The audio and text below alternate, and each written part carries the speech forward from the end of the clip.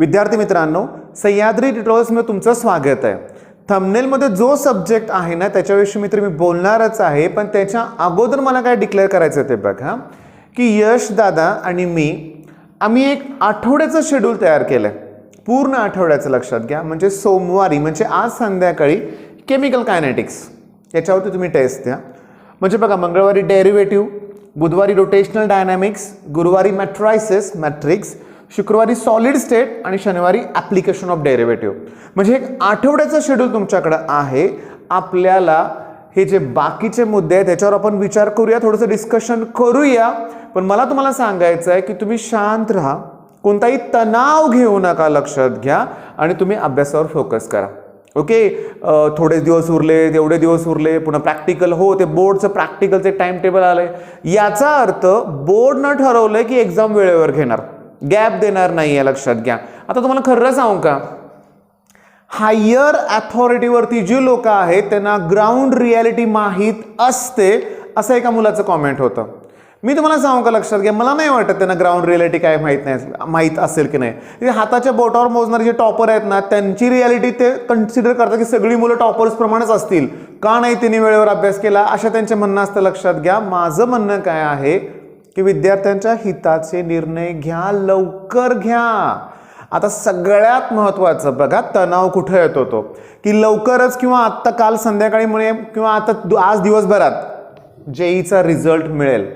इथं मला रिक्वेस्ट करायची आहे पालकांना आणि विद्यार्थ्यांना, जर फेब्रुवारीच्या अटेम्प्टमधला रिझल्ट चांगला येत नसेल आला तुमचा जेईचा चांगला रिझल्ट, तर टेन्शन घेऊ नका।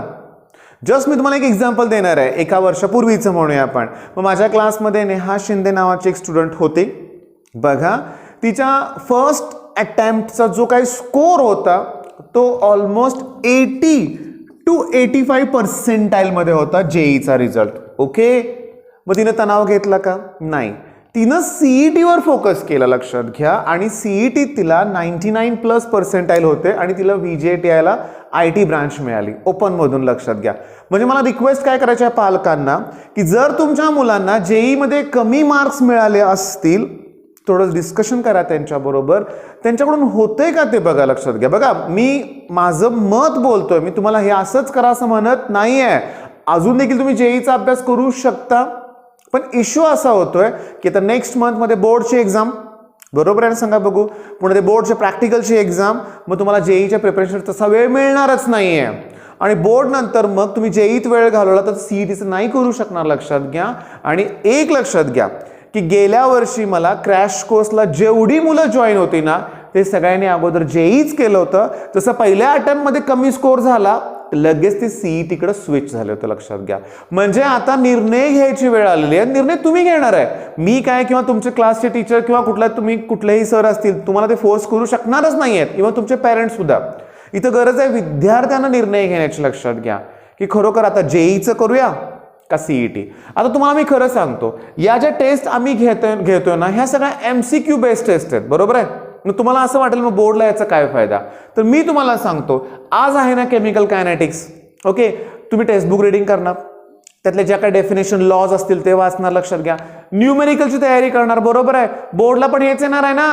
आता केमिकल कायनेटिक्समध्ये इंटिग्रेटेड रेट लॉ आहे, ते एक एक्सप्रेशन आहे, लक्षात घ्या। हाफ लाईफ पिरियड आहे, रेट लॉ आहे, ऑर्डर ऑफ रिएक्शन आणि मॉलिक्युलरिटी हा डिफरन्स आहे। हेच तर प्रश्न सारखे रिपीट होतात। मग आता ऑर्डर ऑफ रिएक्शनचे न्यूमेरिकल तुम्ही सॉल्व्ह करायच्या अगोदर थेरी वाचणारच ना। तर मी तुम्हाला सजेस्ट काय करतोय की पहिल्यांदा बोर्डची पण प्रिपरेशन करा, आपोआप MCQची तयारी होते। आता मंगळवारी जर आपण डेरिव्हेटिव्ह करायचं म्हणलं तर आपण टेक्स्टबुक मधलेच प्रॉब्लेम सॉल्व्ह करणार ना, सीईटीत कुठले बाहेरचे वेगळे प्रॉब्लेम येत नाहीत, जे पुस्तकात आहेत तेच येतात, लक्षात घ्या। आलं का ध्यानात तुमच्या? फक्त तुम्ही तुमच्या जेईच्या रिझल्टचं काही टेन्शन घेऊ नका। कमी आला असेल तर नेक्स्ट अटेम्प्ट आहेत, त्यात इम्प्रूव्ह करता येईल। सीईटीकडे स्विच व्हा बाळांनो, मी तुम्हाला रिक्वेस्ट करतोय की चांगला रिझल्ट, गेल्या वर्षी कितीतरी मुलं आहेत, लक्षात घ्या। म्हणजे आता नावं घ्यायची गरज नाही, कारण आता गेल्या वर्षी माझ्याकडे जी मुलं होती ऑलमोस्ट त्यातली कितीतरी मुलं COEPत आहेत, VJTI मध्ये आहेत, लक्षात घ्या।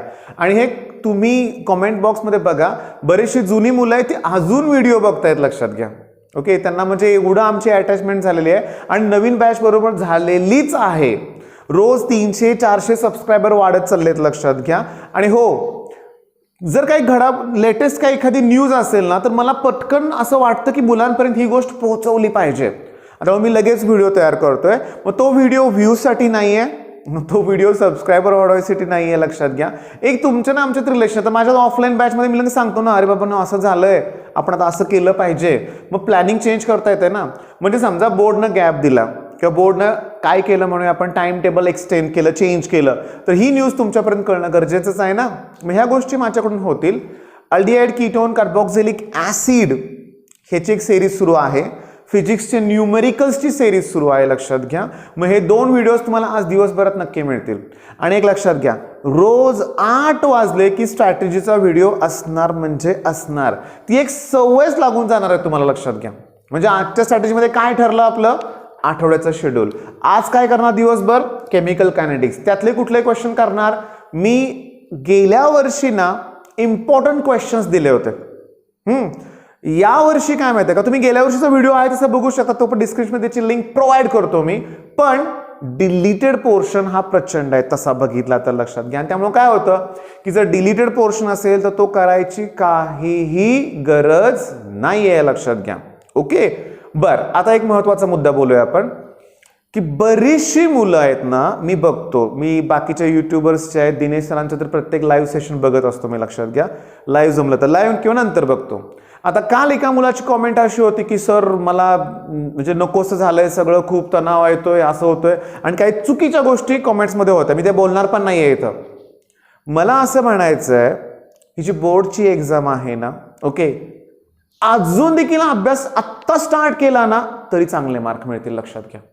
माझ्या वेळेस काय झालं होतं, मी तुम्हाला सांगतो माझी अवस्था काय होती ती, की मी 11वीत 10वीला खूप चांगले मार्क होते बरं का. 11th स्टँडर्डला बेस्ट क्लास जॉईन केला. तिथे एवढे टॉपर होते ना, ते सर काय शिकवायचे 2 वर्षात मध्ये कळालं नाही, आणि कॉन्फिडन्स सगळा गेला होता. कायम मॅथ्समध्ये मी फेल व्हायचो, लक्षात घ्या. आता माझ्या ऑफलाईन मधल्या मुलांना पण मी बऱ्याच वेळा सांगितलंय, व्हिडिओमध्ये पण 2-3 वेळा बोललोय मी, की शेवटचा महिना 1.5 महिना उरला होता. ओके, आता अवस्था काय असते मुलांची मी तुम्हाला सांगतो. जर काय पालक बघत असतील ना, त्यांच्या पण लक्षात आलं पाहिजे ते, की आत्ताच्या स्टेजला विचार करूया. तुम्ही लाखो रुपये फी भरलेले असते. अशा वेळेस मुलगा घाबरतो की मी कसं सांगू आई वडिलांना की मला कळत नाही, कारण 10वीत चांगले मार्क पडले असतात, पालक खुश असतात. मग अशा वेळेस खूप तणावात आहेत मुलंही, लक्षात घ्या. मग मी पण तसाच होतो. शेवटच्या 1.5 महिन्यात मग डेअरिंग करून पप्पांना सांगितलं की मी काय पास होईन असं मला वाटत नाहीये, मी गॅप घेतो, पुढल्या वर्षी परत एक्झाम देतो. मला वाटला तर रट्टे बसतील, मार बसेल, वडील चिडतील, एवढी फी भरली त्या क्लासला. नाही चिडले, त्यांनी समजून घेतलं मला. ओके, आम्ही दुसरा क्लास जॉईन केला, लक्षात घ्या. शेवटच्या 2 महिन्यात मला साताऱ्यातील केळकर सरांचा क्लास मिळाला. त्यांची पहिलीच बॅचमध्ये मी होतो आणि माझा एक मित्र होता अमित. आम्ही दोघंच होतो. सरांनी दिवसभर आमचे क्लासेस घेतले होते आणि मला निदान 68% मिळाले होते. नंतर माझं लाईफ चेंज झालं बाळांनो, आणि आता पण मी एक चांगला वेल सेटल आहे. मग मला सांगा, तिथंच मी जर निराश झालो असतो, हताश झालो असतो म्हणूया आपण, तर पुन्हा लाईफनं मला वेगळ्याच दिशेने नेलं असतं ना. मला काय म्हणायचं आहे, लढायला शिका. ओके, परिस्थितीशी झगडायला शिका आणि यश मिळवायचं आहे आपल्याला, हे डोक्यात ठेवा. ओके, हा नुसतंच तणावात आहे आणि काहीच करत नाही अभ्यास, होईल का, असं कसं, मग कसं होईल सांगा बघू. मग काय केलं पाहिजे, अभ्यास केलाच पाहिजे. आणि आणखी मी तुम्हाला सांगतो की मी यश दादा तर आहेच, पण त्याचबरोबर एक प्रथमेश नावाचा एक जुना सबस्क्रायबर आहे आपला, त्याची एक 8-9 मुलांची टीम आहे. चांगल्या इंजिनिअरिंग कॉलेजमध्ये त्यांना ऍडमिशन मिळाले. ते सुद्धा आपल्यासाठी टेस्ट सिरीज तयार करतील. पण मी त्यांना रिक्वेस्ट काय केले की मला असंच शेड्यूल हवंय. ओके, म्हणजे याचा फायदा काय होतो तुमच्या लक्षात येतोय का. म्हणजे आज समजा उद्या डेरिव्हेटिव्हची टेस्ट आहे, तर यश दादाच्या चॅनलवरती पण त्या वेबसाईटवरती पण टेस्ट असेल, त्याचबरोबर प्रथमेश सुद्धा तुम्हाला टेस्ट देईल, फायदा होईल. आणि माझी इच्छा काय बघा, ऑलमोस्ट आता ना 400+ मुलं आहेत जे फिजिक्स आणि केमिस्ट्रीच्या टेस्टला प्रेझेंट असतात. 250+ मुलं आहेत की जे मॅथ्सला असतात, लक्षात घ्या. ही संख्या मला वाढलेली दिसली पाहिजे, लक्षात घ्या. म्हणजे मला अशी अपेक्षा आहे की 4 ते 5 हजार मुलं दिसली पाहिजेत मला टेस्ट देताना. पण आनंदाची गोष्ट अशी आहे की बरेचसे मुलं आहेत ना, त्यांची नावं मी रोज बघतो बरं का, तर टिपिकल सगळी मुलं आहेत ना, ते कॉमेंट सेक्शनमध्ये पण त्याची कॉमेंट असते, टेस्ट सिरीजमध्ये ती मुलं असतात, चांगला त्यांचा स्कोअर पण होतोय. मग माझी अशी इच्छा आहे, बघा मी यशला रिक्वेस्ट करेन की जेव्हा आपल्या टेस्ट होतील ना, मग त्यांचे आन्सर्स मी तुमच्यापर्यंत प्रोव्हाइड करण्याचा प्रयत्न करेन. ओके, म्हणजे मला काय म्हणायचं आहे की डाऊट्स तुमचे असतील, तो प्रॉब्लेममध्ये तुमच्या काय असं शंका असतील की नाही तुमचंच आन्सर बरोबर आहे, तिथं चुकीचं आहे, मग अशा वेळेस यशनं जे काय व्हॉट्सअप ग्रुप क्रिएट केलेत ना, त्यात मी त्याला सांगेन मला पण इन्क्लूड कर म्हणून. फक्त चॅटिंग बाकीच्या गोष्टी नको आहेत. हां, म्हणजे गुड मॉर्निंग गुड आफ्टरनून असलं काही नको आहे किंवा बाकीच्या कुठल्या गोष्टी नको आहेत. मग एक छान आपली टीम तयार होईल, लक्षात घ्या. ओके, आणि आम्ही सगळे यूट्यूबर एकत्रच आहोत. तुमच्यासाठी खूप प्रयत्न चालेत दिनेश सरांचे.